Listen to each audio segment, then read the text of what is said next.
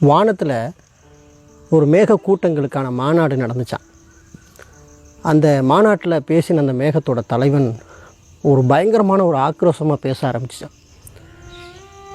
என்ன பேசுது அப்படின்னா, பூமியில் மனிதர்கள் நம்முடைய நண்பர்களான மரங்களை எல்லாம் வெட்டி குவித்து விட்டார்கள்.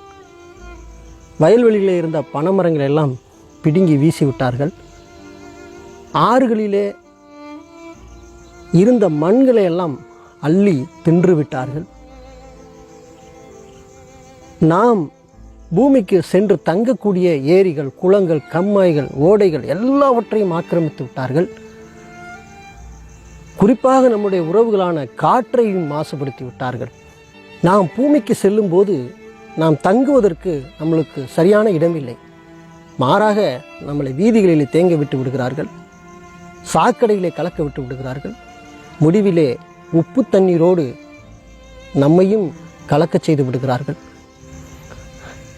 இவர்களால் நம் உயிருக்கு மிகப்பெரிய ஆபத்து இன்னொரு நாளில் ஏற்பட வாய்ப்பு இருக்கிறது. ஆகவே இந்த மனிதர்களை நாம் பழிவாங்கியே தீர வேண்டும். அதற்கான ஒரு தீர்மானத்தை இந்த மாநாட்டில் நாம் ஏற்றி ஆக வேண்டும் சொல்லிட்டு ஒரு தீர்மானத்தை அந்த மேகத்தின் தலைவன் முன்மொழிகிறான். என்ன தீர்மானம்னா, இனிமே பூமியில் யாருக்கும் நம்ம மழை பெய்யக்கூடாது அப்படிங்கிற தீர்மானத்தை அந்த மேக கூட்டங்கள் மத்தியில் அந்த தலைவன் இயற்ற சொல்லி மேகங்கள்கிட்ட பேசுகிறான். மேகங்கள் எல்லாம் ஆமோதிக்கின்றன. இப்படி ஆமோதித்துட்டு இருந்த அந்த நாட்கள் ஒரு விவசாய நாட்கள், விவசாய காலங்கள், விதைப்பின் நாட்கள். அந்த சூழலில் ஒரு மேகமானது டக்குன்னு அந்த கூட்டத்திலேருந்து ஒரு மழையை பெஞ்சிருச்சு. அப்போ விவசாயிகள் என்ன செய்கிறாங்க, ஆஹா மழை பருவ காலத்தில் துவங்க ஆரம்பித்து விட்டது, நாம் விதைத்து ஆக வேண்டும் சொல்லிட்டு விதையை எடுத்து விதைக்க ஆரம்பிச்சிட்டாங்க. இந்த சூழலை பார்த்த இந்த மேக கூட்டங்கள், யார் இந்த வேலையை பார்த்தது, நாமும் மழை பெய்யக்கூடாது என்று சொல்லி கொண்டு இருக்கிறோம், இப்படி இருக்க சூழல் நமக்குள்ளே ஒரு கருப்பாடா, யாரது இந்த பூமியில் மழையை பெய்ததுன்னு சொல்லிட்டு பயங்கர அதுகளுக்குள்ளே நான் இல்லை நீ இல்லைன்னு சொல்லி ஒரு பயங்கர வாக்குவாதம், சண்டை நடந்து கொண்டு இருக்கிறது. இப்படி இருக்கிற சூழலில் பயிர் முளைக்க தொடங்கி விட்டது. களை எடுப்பதற்கு ஆட்களை கொண்டு வந்து இறக்கி களை எடுத்து கொண்டு இருக்கிறார்கள். மிக மகிழ்ச்சியாக விவசாயம் செய்து கொண்டு இருக்கிறார்கள். இப்படிப்பட்ட சூழலிலே அங்கே வானத்திலே சண்டை நடந்து கொண்டு இருக்கிறது, யார் இந்த மழையை பெய்தது என்று. திடீரென்று மீண்டும் ஒரு மழை இந்த பூமியில் பெய்து விடுகிறது. மனிதர்கள் அப்படியே மன மகிழ்ச்சியோடு, ஆஹா வயலெல்லாம் தண்ணீர் கிடைக்கிறது, இந்த கிடைக்கிறது, கொஞ்சம் காலத்தை விட்டு இப்போ பெஞ்சிருக்கு, அது மாதிரி மழை பெய்து விட்டதுன்னு சொல்லிட்டு என்ன பண்ணுறாங்கன்னா, உரம் வாங்குவதற்கு தன்னிடம் இருந்த காசுகள் எல்லாம் உரம் வாங்கி கொண்டு வந்து வயலில் வீசி கொண்டு இருக்கிறார்கள். அந்த காட்சியை இந்த மேகக்கூட்டங்கள் பார்த்து மிகப்பெரிய கடுப்பாகிவிட்டன. யார் இந்த வேலையை பார்த்து நமக்குள்ளே ஒரு கருப்பாடு, அவனை பிடித்தாக வேண்டும் சொல்லிட்டு ஒரு கமிட்டி அமைச்சு அந்த மேகத்தை தேட ஆரம்பிக்கிறது. கடைசியில் அந்த மேகம் யார் என்பதை கண்டுபிடித்து தலைவனத்தை கொண்டு வந்து அது ஒரு நோஞ்சா மேகம். அப்போது மேகங்கள் எல்லாம் என்ன சொல்லுகிறது, நீ இருக்கிற இந்த நிலைமையில் ஏன் இந்த வேலையை நீ செய்தாய், நாமும் மனிதர்களை அழிக்க வேண்டும் என்று நினைத்து கொண்டு இருக்கும்போது நீ ஏன் இந்த காரியத்தை செய்தாய் என்று தலைவனிடத்தில் நிறுத்தி விட்டது.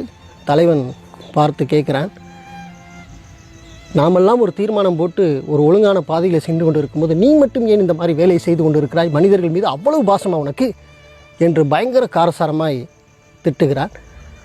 உடனே அந்த மேகம் சொல்கிறது, என்ன இப்படி பேசுகிறீங்க, நீங்கள் என்ன சொன்னீங்க, மனிதர்களை பழிவாங்க வேண்டும் அப்படி தானே சொன்னீங்க, நான் அதைத்தான் செய்திருக்கிறேன், என்ன செய்தாய் அப்படின்னு கேட்டாங்க.